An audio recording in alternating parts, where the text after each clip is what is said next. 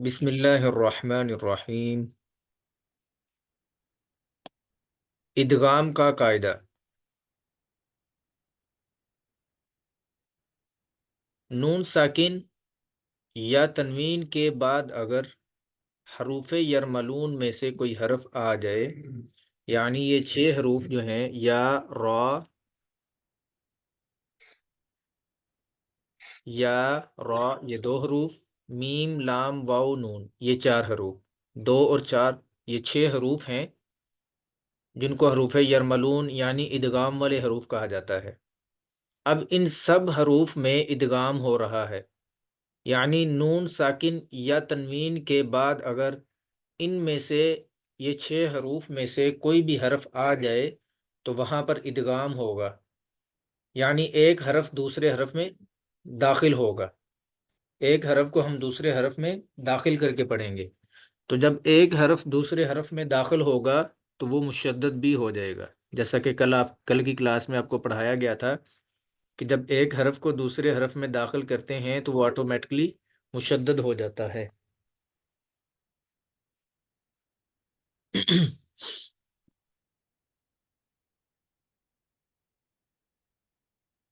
تو وہاں ادغام ہوگا، اگر حروف یرملون میں سے کوئی حرف آ جائے نون ساکن یا تنوین کے بعد تو وہاں ادغام ہوگا۔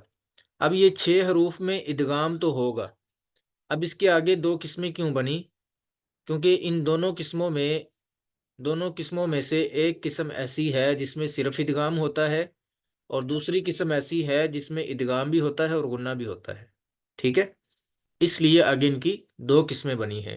ادغام ان سبھی حروف میں ہو رہا ہے، یرملون کے جتنے بھی حروف ہیں سبھی میں ادغام ہوگا، لیکن قسمیں آگے اس لیے بنی ہیں کیونکہ ایک قسم میں غنہ ہوتا ہے اور دوسری قسم میں غنہ نہیں ہوتا۔ تو سب سے پہلے ہے ادغام ناقص۔ ادغام ناقص میں غنہ ہوتا ہے، یعنی ادغام ناقص میں ادغام کے ساتھ غنہ ہوتا ہے، ادغام پلس غنہ دونوں چیزیں ہو رہی ہیں، لیکن جو ادغام تام ہے اس میں صرف ادغام ہوتا ہے، غنہ نہیں ہوتا۔ اب ان کی ڈیفینیشن سے سمجھتے ہیں۔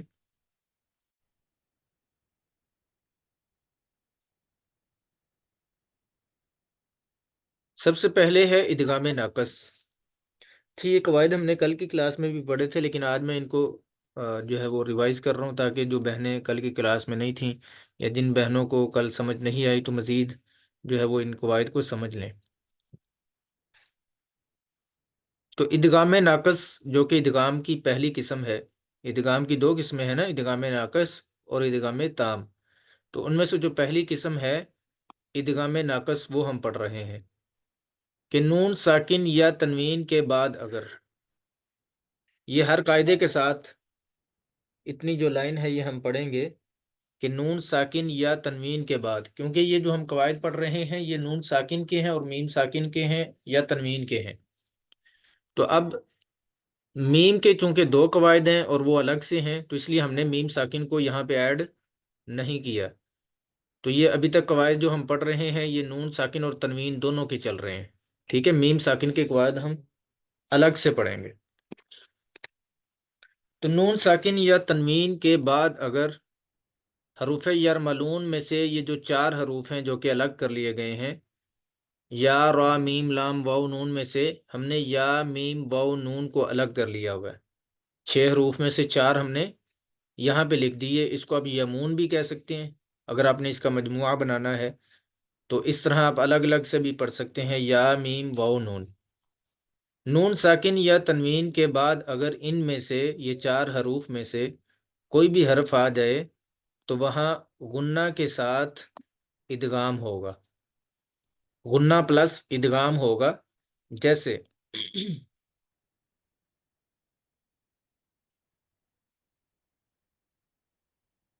اس مثال میں دیکھیے گا کہ سب سے پہلے ہم نے نون ساکن یا تنوین کو دیکھنا ہوتا ہے، تو ہمیں یہ نون ساکن مل گیا، ٹھیک ہے؟ اور نون ساکن کے بعد والا حرف کون سا ہے؟ یا، جو کہ ادغام تام میں موجود ہے، ٹھیک ہے؟ تو نون ساکن کے بعد یا آ گیا ہے، تو لہٰذا یہاں پہ ادغام ناقص ہوگا، یعنی ادغام بھی ہوگا، ایک حرف کو ہم دوسرے حرف میں داخل کر رہے ہیں، یعنی میم کو ہم یا میں داخل کر رہے ہیں، ٹھیک ہے، میم کا یا میں ادغام ہو رہا ہے، اور ادغام کے ساتھ غنہ بھی ہو رہا ہے، جیسے من یقول، من یقول، ٹھیک ہے، تو یہ جو من اس طرح سے ہم کر رہے ہیں، یہ آواز ناک میں ٹھہر رہی ہے ایک الف کے برابر، تو اس کو غنہ کہا جاتا ہے، تو لہذا یہاں پہ ادغام ہوگا، نون ساکن کے بعد یا تنوین کے بعد یا میم واو نون میں سے کوئی حرف آ جائے تو وہاں پر ادغام ناقص کریں گے، یعنی غنہ کے ساتھ ادغام بھی کریں گے۔ دوسری مثال ہے اس کی، عذابا نکرا۔ اب اس مثال میں نون ساکن ہمیں نہیں ملا، تو ہمیں مل گئی ہے یہاں پہ تنوین، دو زبر کی تنوین، تو دو زبر کی تنوین کے فوراً بعد والا حرف ہم نے دیکھا تو وہ ہے نون، تو لہٰذا نون بھی ان میں سے ہے، ادغام ناقص میں ہے، تو یہاں پہ بھی ہم ادغام کے ساتھ غنہ کریں گے، تو عذابا نکرا، تو یہ تنوین کا نون میں ادغام ہوا ہے، اور ادغام کے ساتھ ہم اس کو غنہ بھی کر رہے ہیں، عذابا نکرا، اس طرح سے پڑھیں گے۔ دوسرا اس کا قاعدہ ہے ادغام تام۔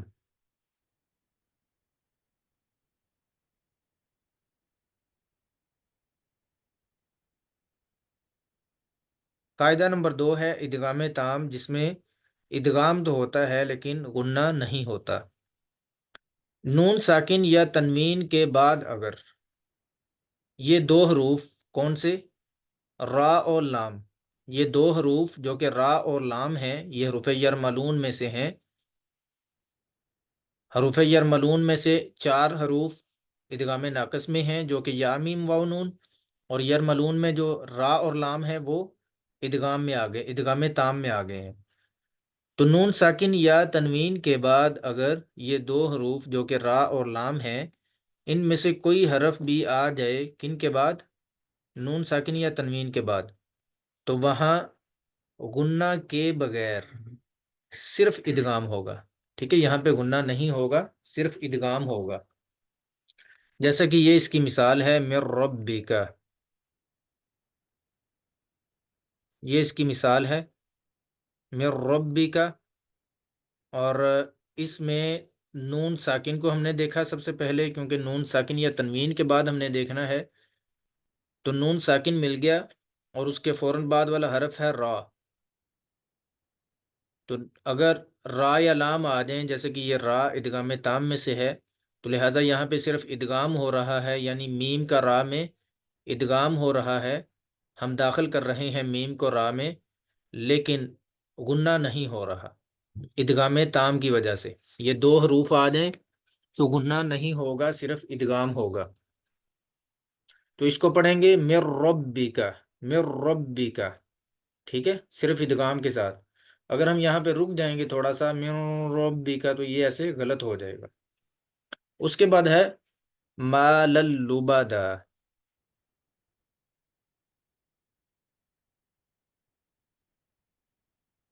یہاں پر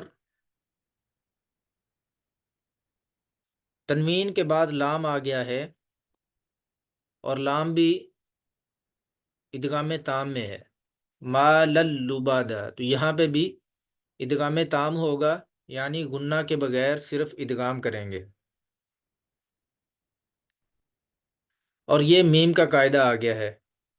اچھا، میم کا قاعدہ آپ نے یاد رکھنا ہے، ایک ادغام میں ہے جو کہ ابھی ہم پڑھ رہے ہیں، اور دوسرا اس کا قاعدہ آئے گا اخفا میں۔ میم ساکن کے صرف 2 ہی قاعدے ہیں، ایک ادغام میں ہے، اور دوسرا آخری جو قاعدہ ہے اخفا کا، اظہار، ادغام، اقلاب، اخفا، ایک ادغام دوسرے نمبر پہ جو قاعدہ ہے اس میں آئے گا، اور ایک چوتھے میں جو لاسٹ والا ہے۔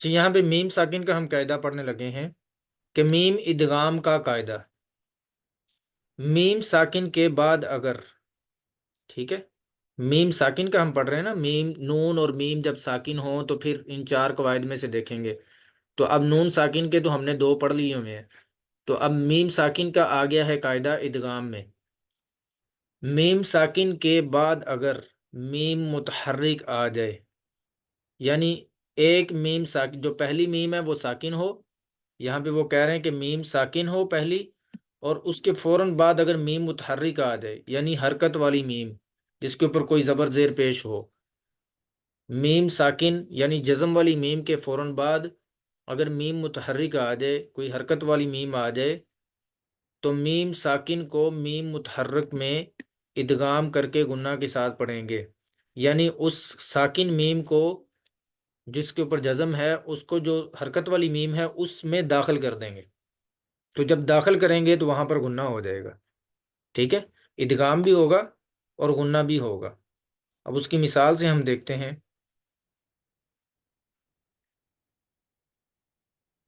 یہ اس کی مثال ہے جی، منہم اب یہاں پہ سب سے پہلے ہم نے چونکہ میم ساکن دیکھنا ہے، میم ساکن کے بعد اگر، تو میم ساکن ہمیں مل گئی۔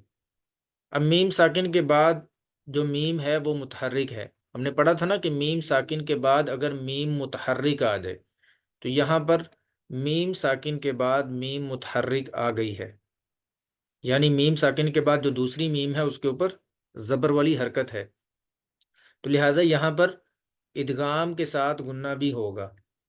یہاں پہ ہا کا میم میں، میم کا میم میں ادغام ہو رہا ہے، من ہم ما تھا اصل میں، تو اس کو جب ہم نے ادغام کیا تو یہ من ہم ما ایک ہی میم بن گئی، ٹھیک ہے، من ہم ما، اور یہاں پر گنہ بھی ہوگا۔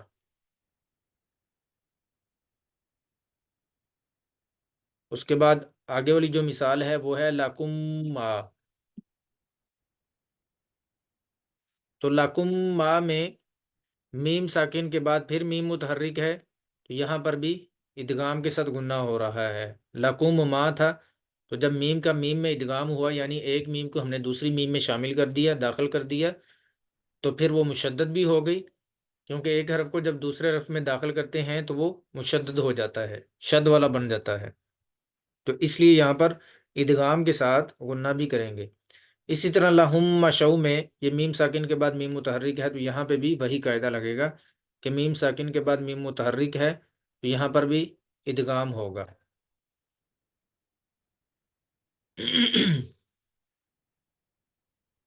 اچھا، اس قاعدے کو آپ نے یاد رکھنا ہے، یہ جو ابھی ہم پڑھنے جا رہے ہیں، یاد رہے کہ قرآن کریم میں چار کلمات مستثنیٰ ہیں، مکمل قرآن کریم میں صرف چار کلمات ایسے ہیں کہ جن پر قاعدہ تو لگ رہا ہے، قاعدہ لگ رہا ہوگا لیکن وہاں پہ عمل نہیں ہوگا، یعنی اس کے مطابق عمل نہیں ہوگا، تو یہ پورے قرآن کریم میں چار کلمات مستثنیٰ ہیں کہ جن میں یہ قاعدہ عمل نہیں کرتا۔ قرآن کریم میں چار کلمات مستثنیٰ ہیں کہ جن پر یہ قواعد لاگو نہیں ہوتے، یہ جو ادھر اظہار میں تو بلکہ گناہ ہوتا ہی نہیں ہے، یعنی ادغام، کہ ادغام کا قاعدہ تو لگ رہا ہوگا لیکن وہاں پہ لاگو نہیں ہوگا وہ، حالانکہ ان میں قواعد پائے جا رہے ہیں لیکن وہاں عمل نہیں ہوگا۔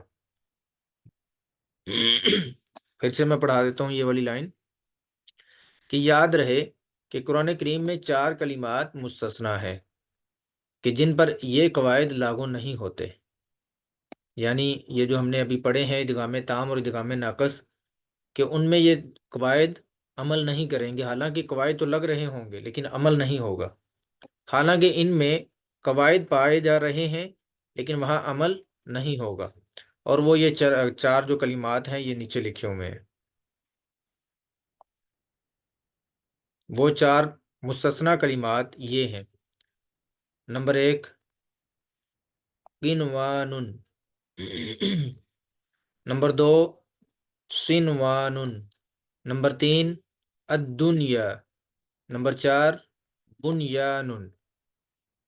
اب اس میں کیسے قاعدہ عمل نہیں کر رہا، کیسے قاعدہ لگ رہا ہے؟ جیسے کہ ہم نے پڑھا ادغام میں کہ نون ساکن کے بعد یا میم واو نون میں سے کوئی حرف آ جائے، تو یہاں پہ نون ساکن کے بعد واو آ رہا ہے، لیکن یہاں پہ ادغام ناقص نہیں ہوگا، یعنی ادغام ناقص میں ہم ادغام بھی کرتے ہیں، گننا بھی کرتے ہیں، یہاں پہ نہ تو ادغام ہو رہا ہے اور نہ ہی گننا ہو رہا ہے، تو اس کو سمپل قنوانن پڑھیں گے، قنوانن۔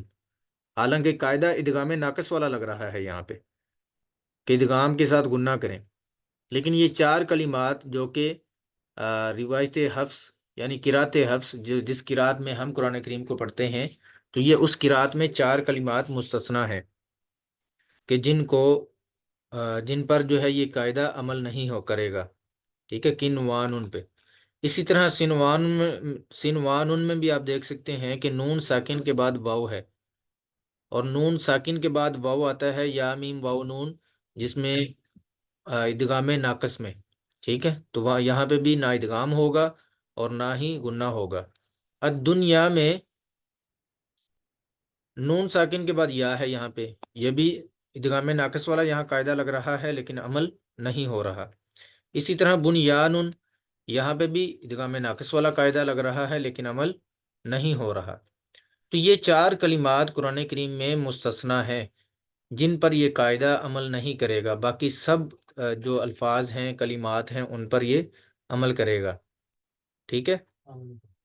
اچھا، ایک اور چیز میں آپ کو بتا دوں کہ مکمل قرآن کریم میں نا ایک ایسا کلمہ بھی ہے جس کو ہم جھکا کے پڑھتے ہیں، یعنی جس طرح آپ کو بتایا گیا تھا نا کہ معروف اور مجہول، کہ معروف کہتے ہیں کہ سیدھا سیدھا کر کے پڑھنا، اور مجہول کہتے ہیں ٹیڑھا کر کے پڑھنا، ٹھیک ہے، تو وہ آپ کو ایسے ہی لگے گا کہ جیسے ہم اس کو ٹیڑھا کر کے پڑھ رہے ہیں، لیکن وہ پورے قرآن کریم میں، مکمل قرآن کریم میں صرف ایک ہی کلمہ ہے جس کو اس طرح سے پڑھنا ہے۔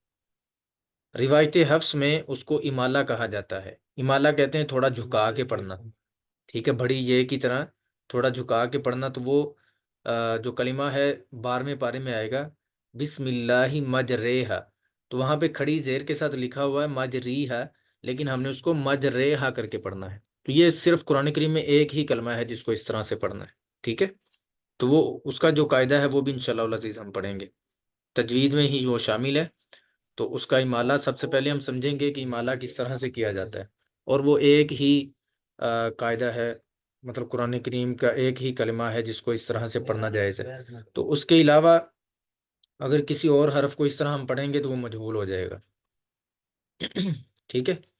اچھا، یہ تھا ادغام کا مکمل قاعدہ، ادغام کا مکمل بیان الحمدللہ ہمارا مکمل ہو چکا ہے، جس میں ہم نے نون ساکن و میم ساکن اور تنوین تینوں کے قواعد پڑھے ہیں، اظہار کا بھی ہمارا الحمدللہ مکمل ہو چکا ہے۔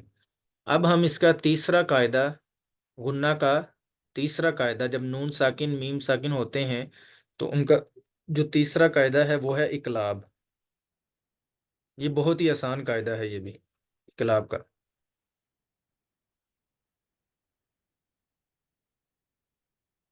قاعدہ نمبر 3،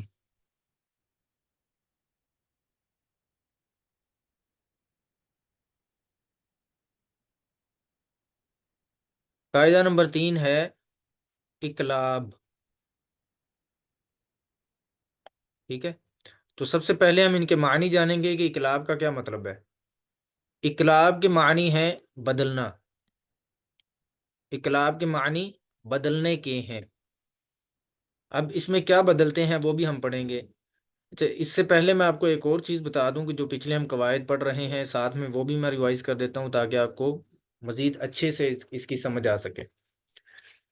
تو سب سے پہلے ہم نے اظہار پڑھا، اور اظہار کا ہم نے مطلب پڑھا کہ نون ساکن اور نون تنوین کو بغیر گنہ کے ادا کرنا، ٹھیک ہے، نون ساکن اور نون تنوین کو بغیر گنہ کے ادا کرنا، یہ اظہار کا مطلب تھا۔ دوسرا قاعدہ ہم نے پڑھا ادغام کا، ادغام کا مطلب تھا کہ ایک حرف کو دوسرے حرف میں داخل کر کے پڑھنا، تو ایک حرف کو دوسرے حرف میں داخل جب کرتے ہیں تو وہ مشدد بھی ہو جاتا ہے، ٹھیک ہے، تو وہ ہم نے ادغام کا پڑھا۔ اب یہ آ گیا ہے اقلاب، اقلاب کا مطلب ہے بدلنا، ادغام کا مطلب تھا داخل کرنا، اقلاب کا مطلب ہے بدلنا۔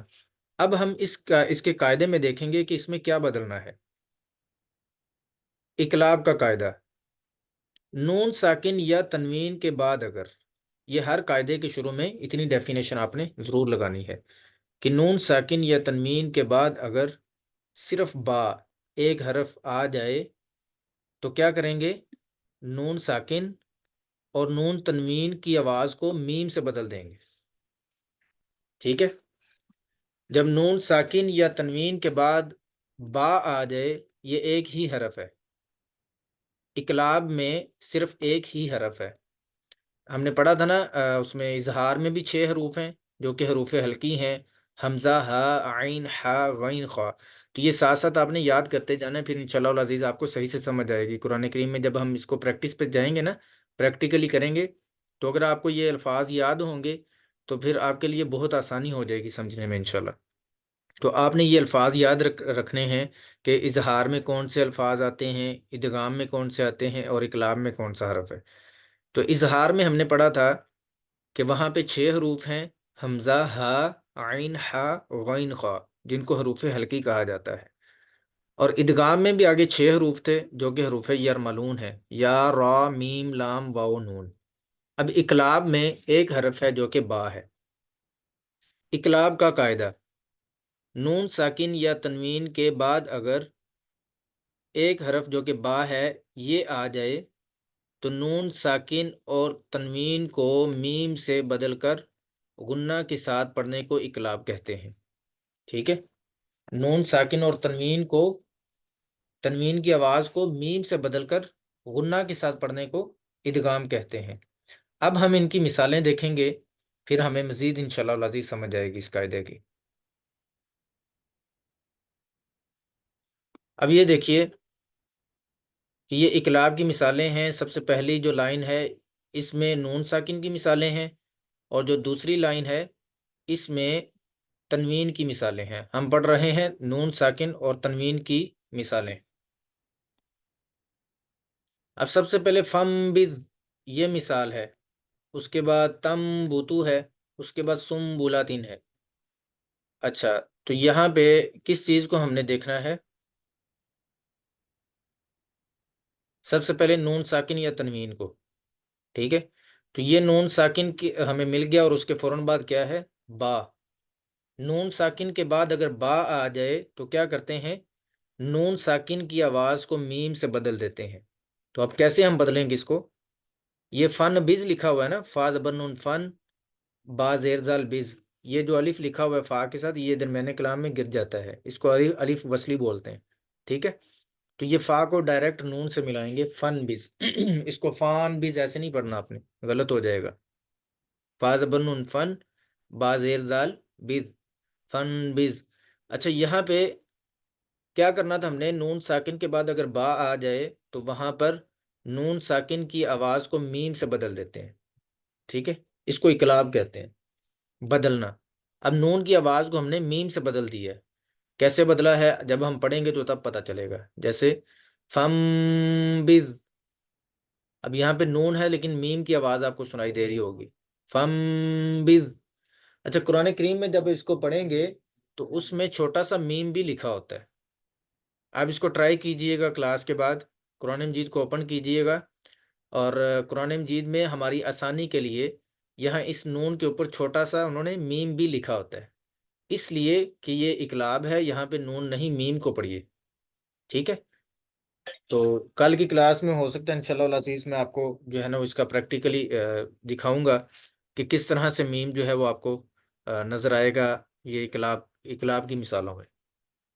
اس کے بعد ہے تم بوتو. نون ساکن کے بعد یہاں پہ بھی با ہے، تو لہٰذا یہاں پہ بھی نون ساکن کی آواز کو میم سے بدل دیں گے. اقلاب کا مطلب ہوتا ہے بدلنا.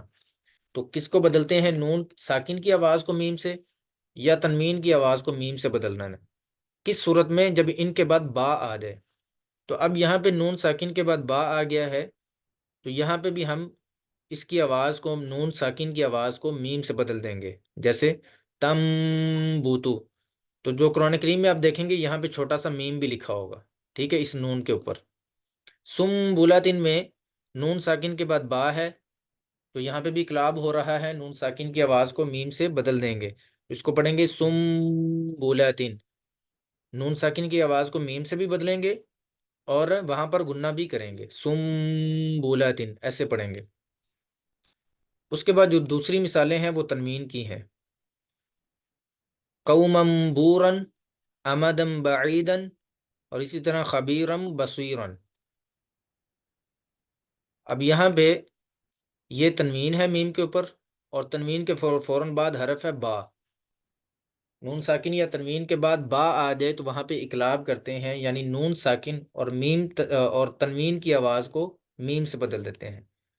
تو یہاں تنوین کے بعد با آ گیا ہے، تو لہٰذا یہاں تنوین کی آواز کو میم سے بدل دیں گے، تو یہاں پڑھیں گے قومم بورن۔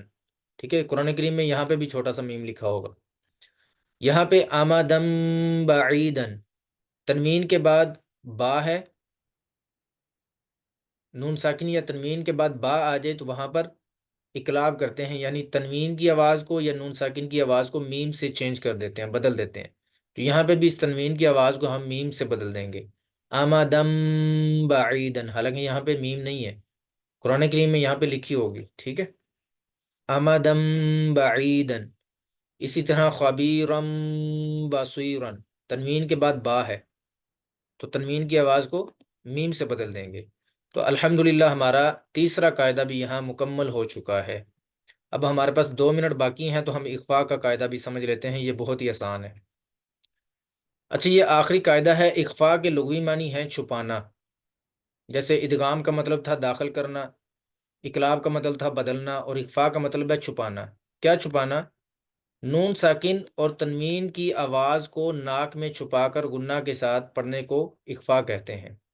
یعنی جیسے آواز کو ناک میں چھپانا کس وقت؟ جب نون ساکن اور نون تنوین کی ادائیگی کرنی ہے، جب ان کو پروناؤنس کرنا ہے تو تب آواز کو ناک میں چھپانا ہے، اس کو اخفاء کہا جاتا ہے، کہ وہاں نہ ادغام ہو اور نہ ہی اظہار ہو۔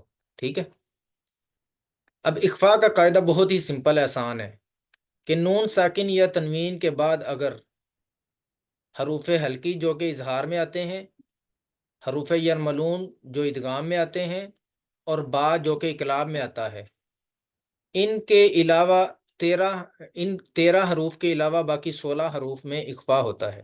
یعنی نون ساکن یا تنوین کے بعد اگر حروف حلقی حمزہ، ہا، عین، ہا، غین، خا، ان کو مائنس کر دیں، یہ 29 حروف میں سے، اس کے بعد یرملون، یا، را، میم، لام، واو، نون، ان کو بھی مائنس کر دیں، یہ 6 اور 6 12 ہو گئے، اور ایک ہے با جو کہ اقلاب میں آتا ہے با، یہ 13 ہو گئے۔